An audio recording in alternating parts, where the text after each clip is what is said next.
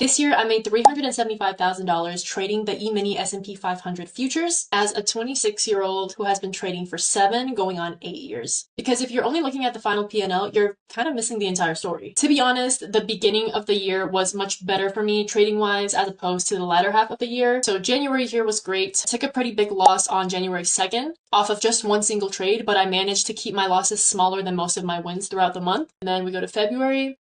February was also an amazing month. I didn't take as many trades, which is a great thing. That was one of my New Year's resolutions for 2025. And statistically, the less you trade, the less money you lose. During March, I was a bit of a wild child, as you can see, but was still managing my trades very well. Now, April was when I started to notice a little bit of a mental challenge with my trading. I had a huge green streak, as you can see here. And then you see all these tiny losses, a pretty big red streak following my green streak. Usually when I have a huge winning streak or a really big winning trade, I'll switch from minis to micros for the rest of the month to protect the capital that I've made. And I think right here, I thought I was that girl. My ego definitely got to me a little bit. And on the last day of the month, I was like, you know what? Hands off. I'm just going to clear my head. Then we get to the month of May. Clearly, those couple of days that I took clearing my head seemed to work to some extent because I start performing a lot better. I took a few large losses here. June was a great month. Now, July is a great example of the importance of keeping your losers small and letting your winners run. And that matters way more than a high win rate.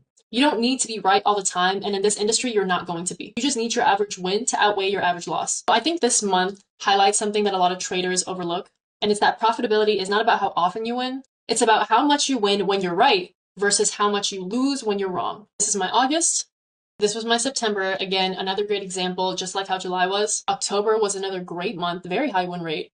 November was quite tough for me mentally, and it was a good reminder to myself that I needed to treat my losses as data, feedback that helped shape how I manage my risk, how I control my emotions, and how I execute my plan, my trading plan day to day. And to be transparent, when you're a trading influencer and when you're screen sharing and sharing all of your trades live in your Discord, it definitely does get to you. It got to me, and it made me wonder, am I even worthy of this position? Like, look at these huge losses I took this, you know what, whatever. But it does, and it did add an extra layer of pressure.